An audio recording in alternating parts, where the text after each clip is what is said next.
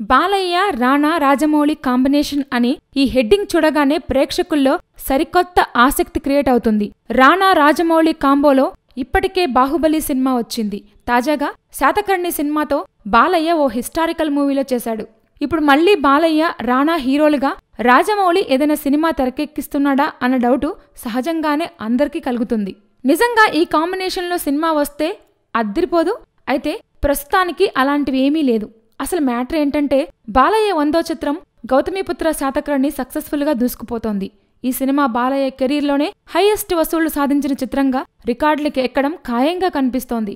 శాతకర్ణికి overseas లో సైతం ఇప్పటికే $1.25 మిలియన్ వచ్చాయి. ఈ సినిమాకు లాంగ్ రన్ కన్ఫర్మ్ కావడంతో సినిమాను మరింతగా జనాల్లోకి తీసుకెళ్లేందుకు చిత్ర యూనిట్ డిసైడ్ అయ్యింది.